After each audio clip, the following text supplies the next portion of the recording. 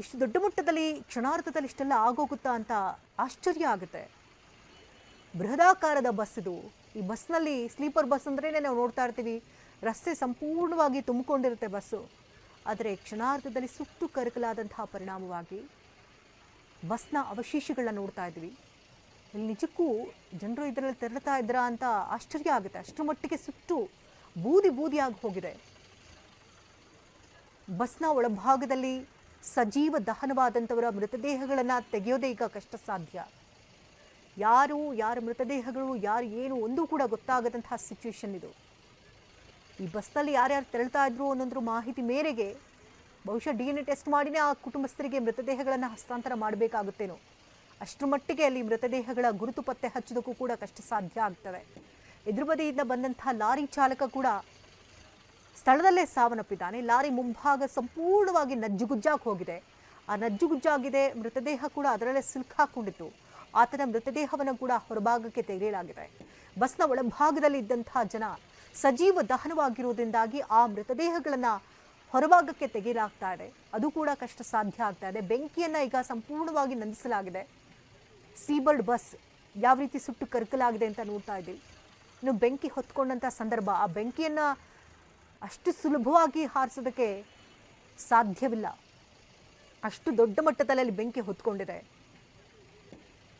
ಗಗನಕ್ಕೆ ಚುಂಬಿಸ್ತಾ ಇದೆ ಅಲ್ಲಿ ಬೆಂಕಿ. ಅಷ್ಟು ಮಟ್ಟಿಗೆ ಅಲ್ಲಿ ಸುಟ್ಟು ಕರಕಲಾಗಿ ಹೋಗಿದೆ ಬಸ್ಸು. ಇನ್ನು ಕುಟುಂಬಸ್ಥರು ಈ ಸಂದರ್ಭದಲ್ಲಿ ಈ ಒಂದು ಘಟನೆಯನ್ನು ಹೇಗೆ ತೆಗೆದುಕೊಳ್ತಾರೋ ನಿಜಕ್ಕೂ ಕೂಡ ಕಷ್ಟ ಸಾಧ್ಯ. ಇನ್ನೇನು ರಾತ್ರಿ ಬಸ್ ಹತ್ತಿದ್ದಾರೆ ಅಂತ ಸೇಫಾಗಿ ರೀಚ್ ಆಗ್ತೀವಿ, ಬೆಳಗ್ಗೆ ಬಂದು ಸೇರ್ತೀವಿ ಮನೆ ಅಂತ ಹೇಳಿರ್ತಾರೆ. ಆದರೆ ಈಗ ಮೃತದೇಹಗಳ ತೆಗೆದುಕೊಂಡು ಹೋಗಬೇಕಾದಂಥ ಪರಿಸ್ಥಿತಿ. ಇನ್ನು ಬಸ್ನಲ್ಲಿ 15 ಮಹಿಳೆಯರು 14 ಪುರುಷರು ಪಯಣವನ್ನು ಬೆಳೆಸ್ತಾ ಇದ್ರು. ಒಟ್ಟು 29 ಮಂದಿ. ದಹನವಾದ ಬಸ್ನಲ್ಲಿದ್ದವರ ಮಾಹಿತಿ ಟಿವಿಎನ್ಗೆ ಲಭ್ಯ ಆಗಿದೆ. ಈಗ ಮಂಜುನಾಥ್, ಸಂಧ್ಯಾ, ಶಶಾಂಕ್, ದಿಲೀಪ್, ಪ್ರೀತೀಶ್ವರನ್, ಬಿಂದು, ಕವಿತಾ, ಅನಿರುದ್ಧ್, ಅಮೃತ, ಇಶಾ, ಸೂರಜ್, ಮಾನಸ, ಮಿಲನ, ಹೇಮರಾಜ್ ಕುಮಾರ್, ಕಲ್ಪನಾ ಹಾಗೆ ಪ್ರಜಾಪತಿ, ಶಶಿಕಾಂತ್, ವಿಜಯ್ ಭಂಡಾರಿ, ನವ್ಯ, ಅಭಿಷೇಕ್, ಕಿರಣ್ ಪಾಲ್, ಕೀರ್ತನ್, ನಂದಿತಾ ಹಾಗೆ ದೇವಿಕಾ, ಮೇಘರಾಜ್,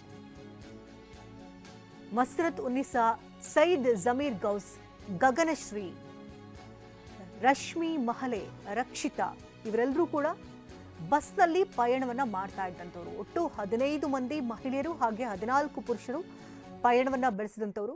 ಇದರಲ್ಲಿ ಮಕ್ಕಳೇನಾದರೂ ಇದ್ರಾ ಅನ್ನೋದ್ರ ಬಗ್ಗೆ ಮಾಹಿತಿಗಳು ಲಭ್ಯ ಆಗ್ತಲ್ಲ. ಯಾಕೆಂದರೆ ಮಕ್ಕಳಿಗಂತೂ ಟಿಕೆಟನ್ನು ರಿಸರ್ವ್ ಮಾಡಿರೋದಲ್ಲ, ಪುಟ್ಟ ಮಕ್ಕಳಿದ್ರೆ ಆ ಬಗ್ಗೆ ಇನ್ನಷ್ಟು ಮಾಹಿತಿಗಳು ಲಭ್ಯ ಆಗಬೇಕಾಗಿದೆ. 29 ಜನರ ಪೈಕಿ 17 ಜನ ಸಜೀವ ದಹನವಾಗಿದ್ದಾರೆ. 9 ಜನರು ಬಸ್ನಿಂದ ಹಾರಿ ತಮ್ಮ ಪ್ರಾಣವನ್ನು ಉಳಿಸಿಕೊಂಡಿದ್ದಾರೆ. ಅವರ ಸ್ಥಿತಿಗತಿಗಳು ಕೂಡ ಕೆಲವರದು ಚಿಂತಾಜನಕ ಆಗಿದೆ. ಇನ್ನು ಚಿತ್ರದುರ್ಗದ ಸಮೀಪದ ಶಿರಾ ಹಾಗೆ ತುಮಕೂರು ಸೇರಿದಂತೆ ಹಲವು ಆಸ್ಪತ್ರೆಗಳಿಗೆ ಅವರನ್ನು ದಾಖಲು ಮಾಡಲಾಗಿತ್ತು. ಹೆಚ್ಚಿನ ಚಿಕಿತ್ಸೆ ಬೇಕಾಗಿದೆ ಎನ್ನುವಂತಹ ನಿಟ್ಟಿನಲ್ಲಿ ಕೆಲವರನ್ನ ಈಗ ಬೆಂಗಳೂರಿಗೆ ಶಿಫ್ಟ್ ಮಾಡಲಾಗಿದೆ. ಇನ್ನು ಗಗನ, ರಶ್ಮಿ ಹಾಗೆ ರಕ್ಷಿತಾ ಈ ಮೂರು ಕೂಡ ಡೆಲಾಯ್ಟ್ನಲ್ಲಿ ಕೆಲಸ ಮಾಡ್ತಾ ಇದ್ರು. ಇವರು ಗೋಕರ್ಣಕ್ಕೆ ತೆರಳುತ್ತಾ ಇದ್ರು ರಶ್ಮಿ ಮನೆಗೆ. ಗಗನ ಹಾಗೆ ರಕ್ಷಿತಾ ಬಸ್ನಿಂದ ಹಾರಿ ತಮ್ಮ ಜೀವವನ್ನು ಉಳಿಸಿಕೊಂಡಿದ್ದಾರೆ. ಆ ಬಗ್ಗೆ ಗಗನ ತಮ್ಮ ಸಂಬಂಧಿ ಕರೆ ಮಾಡಿ ಅವರಿಗೆ ಮಾಹಿತಿನ ಹಂಚಿಕೊಂಡಿದ್ದರು. ಶ್ರೇಯಸ್ ಅವರಿಗೆ ಅವರು ಟಿವಿಎನ್ಗೆ ಮಾತನಾಡುವಂತಹ ಸಂದರ್ಭದಲ್ಲಿ ಹೇಳಿದರು ಗಗನ ಸೇಫ್ ಆಗಿದ್ದಾರೆ, ರಕ್ಷಿತಾ ಕೂಡ ಸೇಫ್ ಆಗಿದ್ದಾರೆ, ಅವರನ್ನು ಹಾಸ್ಪಿಟಲಲ್ಲಿ ದಾಖಲು ಮಾಡಿದ್ದೀವಿ, ಚಿಕಿತ್ಸೆಯನ್ನು ನೀಡ್ತಾ ಇದ್ದೇವೆ, ಪ್ರಾಣಕ್ಕೇನು ಹಾನಿ ಇಲ್ಲ ಅನ್ನೋದ್ರ ಬಗ್ಗೆ ಅವರು ಮಾಹಿತಿನ ಹಂಚಿಕೊಂಡ್ರು. ಆದರೆ ರಶ್ಮಿ ಬಗ್ಗೆ ಗಗನ ಅವರು ಕೊಟ್ಟಂಥ ಮಾಹಿತಿ ಪ್ರಕಾರ ರಶ್ಮಿ ನಮಗೆ ಕಾಣಸಿಗ್ಲಿಲ್ಲ, ಅವರು ನಮ್ಮ ಜೊತೆ ಪಯಣವನ್ನು ಬೆಳೆಸಲಿಲ್ಲ ಅಥವಾ ಹೊರಗಡೆ ಹಾರಲಿಲ್ಲ ಅನ್ನೋದ್ರ ಬಗ್ಗೆ ಮಾಹಿತಿನ ಕೊಟ್ಟಿದ್ದಾರೆ. ಹಾಗಾಗಿ ರಶ್ಮಿ ಸೇಫ್ ಆಗಿದ್ದಾರೆ, ಏನು ಅದ್ರ ಬಗ್ಗೆ ಮಾಹಿತಿಗಳು ಸಿಗ್ತಾ ಇಲ್ಲ. ಗಗನ ಹಾಗೆ ರಕ್ಷಿತಾ ಸದ್ಯಕ್ಕೆ ಸೇಫ್ ಆಗಿದ್ದಾರೆ. ಅವರಿಬ್ಬರು ಸೇರಿದಂತೆ ಒಟ್ಟು 9 ಮಂದಿ ಇಲ್ಲಿ ಸೇಫ್ ಆಗಿದ್ದಾರೆ. ಆದರೆ ಅವರ ಹೆಲ್ತ್ ಕಂಡೀಷನ್ಸ್ ಹೇಗಿದೆ ಅನ್ನೋದ್ರ ಬಗ್ಗೆ ಮಾಹಿತಿಗಳು ಲಭ್ಯವಾಗಬೇಕಾಗಿದೆ. ಸೀಬರ್ಡ್ ಬಸ್ ಕ್ಷಣಾರ್ಧದಲ್ಲಿ ಬೆಂಕಿ ಹೊತ್ಕೊಂಡಿದ್ದರಿಂದಾಗಿ ನಿದ್ದೆಯ ಮಂಪರಿನಲ್ಲಿದ್ದರು. ಯಾರಿಗೂ ಕೂಡ ಏನಾಗ್ತಾ ಇದೆ ಅನ್ನೋದು ಕೂಡ ಗೊತ್ತಾಗದಂತಹ ಪರಿಸ್ಥಿತಿ. ನೋಡ್ತಾ ಇದ್ದಂತೆ ಬೆಂಕಿ ದೊಡ್ಡ ಮಟ್ಟದಲ್ಲಿ ಹತ್ಕೊಂಡಿದೆ. ಕೆಲವರು ನಿದ್ದೆಯಿಂದ ಎದ್ದಿದ್ದರಿಂದನೋ ಏನೋ ಆ ಪರಿಸ್ಥಿತಿ ತಕ್ಷಣಕ್ಕೆ ಅರ್ಥವಾಗಿದ್ದರಿಂದೇನೋ ಅಲ್ಲಿಂದ ಸೇಫ್ ಆಗಿದ್ದಾರೆ. ರಾಷ್ಟ್ರೀಯ ಹೆದ್ದಾರಿ 48ರಲ್ಲಿ ಟ್ರಾಫಿಕ್ ಜಾಮ್ ಉಂಟಾಗಿದೆ. ಸರಿಸುಮಾರು 30 ಕಿಲೋಮೀಟರ್ವರೆಗೂ ಕೂಡ ಟ್ರಾಫಿಕ್ ಜಾಮ್ ಉಂಟಾಗಿದೆ. ಅಪಘಾತದಿಂದ ರಸ್ತೆಯಲ್ಲಿ ಬಸ್ ಹೊತ್ತಿ ಉರಿದಿದ್ದರಿಂದಾಗಿ ಕಿಲೋಮೀಟರ್ವರೆಗೂ ಕೂಡ ಟ್ರಾಫಿಕ್ ಜಾಮ್ ಉಂಟಾಗಿದೆ. ಬೆಂಗಳೂರಿಂದ ಶಿರಾವರೆಗೆ 30 ಕಿಲೋಮೀಟರ್ವರೆಗೆ ಟ್ರಾಫಿಕ್ ಜಾಮ್ ಉಂಟಾಗಿದೆ. ಇನ್ನು ಮುಂಬೈಗೆ ಹೋಗುವಂತಹ ರಸ್ತೆ ಸಂಪೂರ್ಣವಾಗಿ ಜಾಮ್ ಆಗಿದೆ. ಶಿರಾವರೆಗೂ ಕೂಡ ವಾಹನಗಳು ಸಾಲುಗಟ್ಟಿ ನಿಂತಿದೆ. ಚಿತ್ರದುರ್ಗದ ಹಿರಿಯೂರು ಬಳಿ ಭೀಕರ ರಸ್ತೆ ಅಪಘಾತ ಸಂಭವಿಸಿದ ಬೆನ್ನಲ್ಲೇ 30 ಕಿಲೋಮೀಟರ್ವರೆಗೆ ಟ್ರಾಫಿಕ್ ಜಾಮ್ ಉಂಟಾಗಿದೆ. ಟ್ರಾಫಿಕ್ ಪೊಲೀಸರು ಕೂಡ ಸ್ಥಳದಲ್ಲೇ ಇದ್ದು ಮಂದಗತಿಯಲ್ಲಿ ವಾಹನಗಳು ಸಾಕ್ತಾರೆ. ದೃಶ್ಯಗಳಲ್ಲಿ ಗಮನಿಸ್ತಾ ಇರುವುದು ಭಾರೀ ವಾಹನಗಳು ಇಲ್ಲಿ ತೆರಳುತ್ತೆ ಪ್ರತಿನಿತ್ಯವೂ ಕೂಡ. ಹಾಗಾಗಿ ಅವರಿಗೆ ಬೆಳಗ್ಗೆ ಹೊತ್ತು ಹೋಗೋದಕ್ಕೆ ಅನುಮತಿ ಇರೋದಿಲ್ಲ. ಹಾಗಾಗಿ ನೈಟ್ ಟೈಮಲ್ಲಿ ತೆರಳುತ್ತೆ ಬಸ್ಗಳು, ಹಾಗೆ ಭಾರಿ ವಾಹನಗಳು. ದೊಡ್ಡ ಮಟ್ಟದ ಸಂಖ್ಯೆಯಲ್ಲಿ ಭಾರಿ ವಾಹನಗಳು ಅಲ್ಲಿ ತೆರಳೋದ್ರಿಂದಾಗಿ ಟ್ರಾಫಿಕ್ ಸಮಸ್ಯೆ ದೊಡ್ಡ ಮಟ್ಟದಲ್ಲಿ ಕಾಡ್ತಾ ಇದೆ. ಬಸ್ಗಳು ಅಲ್ಲಿ ವಾಹನಗಳು ತಮ್ಮ ತಮ್ಮ ಊರುಗಳಿಗೆ ಸೇರ್ಕೊಳ್ತೀವಿ ಸೇಫ್ ಆಗಿ ಅಂದ್ಕೊಂಡವರು ರಸ್ತೆಯಲ್ಲೇ ಟ್ರಾಫಿಕ್ನಲ್ಲಿ ಸಿಕ್ಕಾಕೊಂಡಿದ್ದಾರೆ. 3-4 ಗಂಟೆಗಳು ಕಳೆದಿದೆ. ಈಗಲೂ ಕೂಡ ಬಸ್ಗಳ ಮೂವ್ಮೆಂಟ್ಸ್ ಆಗ್ತಾ ಇಲ್ಲ. ಅಲ್ಲಿ ವಾಹನಗಳು ನಿಂತಲ್ಲೇ ನಿಂತಿದೆ. ಟ್ರಾಫಿಕ್ ಪೊಲೀಸರು ಕೂಡ ಅದನ್ನ ಸರಿಪಡಿಸುವ ಕೆಲಸಗಳು ಮಾಡ್ತಾ ಇದ್ದಾರೆ. ಆದರೂ ಕೂಡ ಮಂದಗತಿಯಲ್ಲಿ ವಾಹನಗಳು ಮೂವ್ಮೆಂಟ್ ಆಗ್ತಾ ಇದೆ. ಈಗ ಬೆಂಕಿಗೆ ಆಹುತಿಯಾದಂತಹ ಲಾರಿ ಹಾಗೆ ಬಸ್ ಸುಟ್ಟು ಕರಕಲಾಗಿದೆ. ಬೆಂಕಿ ನಂದಿಸುವಂತಹ ಕಾರ್ಯಾಚರಣೆಗಳು ಕೂಡ ಆಗಿದೆ. ಮೃತದೇಹಗಳನ್ನು ಹೊರಭಾಗಕ್ಕೆ ಈಗ ತೆಗೆಯಲಾಗ್ತಾ ಇದೆ. ಬಸ್ಸಿನ ಪಕ್ಕಕ್ಕೆ ಸರಿಸಿ ಅಲ್ಲಿ ವಾಹನಗಳ ತೆರವಿಗೆ ಅನುವು ಮಾಡಿಕೊಳ್ಳಲಾಗ್ತಾ ಇದೆ. ಮಂದಗತಿಯಲ್ಲಿ ಈಗ ವಾಹನಗಳು ಮೂವ್ಮೆಂಟ್ ಆಗ್ತಾ ಇದೆ.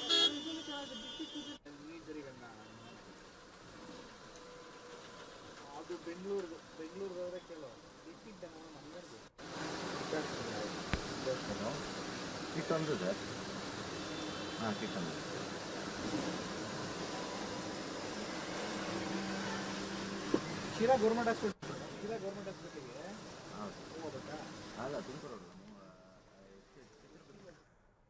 ಇದು ರಾಷ್ಟ್ರೀಯ ಹೆದ್ದಾರಿ 48ರಲ್ಲಿ ಟ್ರಾಫಿಕ್ ಜಾಮ್ ಉಂಟಾಗಿರುವಂತಹ ದೃಶ್ಯಗಳಿದು. ಮುಂಬೈಗೆ ಹೋಗುವಂತಹ ರಸ್ತೆ ಇದೀಗ ಸಂಪೂರ್ಣವಾಗಿ ಜಾಮ್ ಆಗಿದೆ. ವಾಹನಗಳ ಸಂಚಾರ ಮಂದಗತಿಯಲ್ಲಿ ಸಾಗ್ತಾ ಇದೆ. ಇನ್ನಷ್ಟು ಡೀಟೇಲ್ಸ್ ಅನ್ನು ಕೊಡ್ತಾರೆ ದೂರವಾಣಿ ಸಂಪರ್ಕದಲ್ಲಿ ಶಿವಪ್ರಸಾದ್. ಬರೋಬ್ಬರಿ 30 ಕಿಲೋಮೀಟರ್ ಶಿರಾವರೆಗೂ ಕೂಡ ಟ್ರಾಫಿಕ್ ಜಾಮ್ ಉಂಟಾಗಿತ್ತು. ಈಗ ಸಾಗ್ತಾ ಇದೆಯಾ ವಾಹನಗಳು? ಇವತ್ತೆಲ್ಲ ಮಂದಗತಿಯಲ್ಲಿ ವಾಹನಗಳು ಸಾಕ್ತಿರೋದು ಕಂಡು ಬರ್ತಿದೆ. ಏನೇನೋ ದೃಶ್ಯಾವಳಿಗಳನ್ನು ಗಮನಿಸಬಹುದಾಗಿದೆ. ಅವಘಡ ಸಂಭವಿಸಿರ್ತಕ್ಕಂಥ ಕಿಸೆನಲ್ಲಿ ವೆಹಿಕಲ್ಗಳು ಕೂಡ ಮಂದಗತಿಯಲ್ಲಿ ಸಾಕ್ತಿರ್ತಕ್ಕಂಥದ್ದು. ಘಟನೆ ಸಂಭವಿಸಿದ ಬಳಿಕ ಕಳೆದ 1 ಗಂಟೆಗಳಿಂದಲೂ ಕೂಡ ಟ್ರಾಫಿಕ್ ಅನ್ನ ಕ್ಲಿಯರ್ ಮಾಡೋದಿಲ್ಲ ಅಲ್ಲಿ ನಿರತವಾಗಿರ್ತಕ್ಕಂಥದ್ದು ಸಿಬ್ಬಂದಿ ಗೊತ್ತಾಗಿದೆ. ಆದ್ರೆ ಈ ಅವಘಡ ಸಂಭವಿಸಿದ ಸಂದರ್ಭದಲ್ಲಿ ರಾಷ್ಟ್ರೀಯ ಹೆದ್ದಾರಿ 48 ಆಗಿರೋದಂತ ಹಿನ್ನೆಲೆಯಲ್ಲಿ ಅಲ್ಲಿ ತೀವ್ರ ಗತಿಯಲ್ಲಿ ರಸ್ತೆಯಲ್ಲೇ ಅವಘಡ ಸಂಭವಿಸಿರ್ತಕ್ಕಂಥ ಹಿನ್ನೆಲೆಯಲ್ಲಿ ಕಾರ್ಯಾಚರಣೆ ಕೂಡ ನಡೆಸಿರ್ತಕ್ಕಂಥದ್ದು. ಈ ಹಿನ್ನೆಲೆಯಲ್ಲಿ ಕೊಂಚ ಮಟ್ಟಿಗೆ ಟ್ರಾಫಿಕ್ ಜಾಮ್ ಕಂಡುಬಂದಿತ್ತು. ಈಗಾಗಲೇ ಮಂದಗತಿಯಲ್ಲಿ ವಾಹನಗಳು ಚಲಿಸ್ತಿರ್ತಕ್ಕಂಥದ್ದು.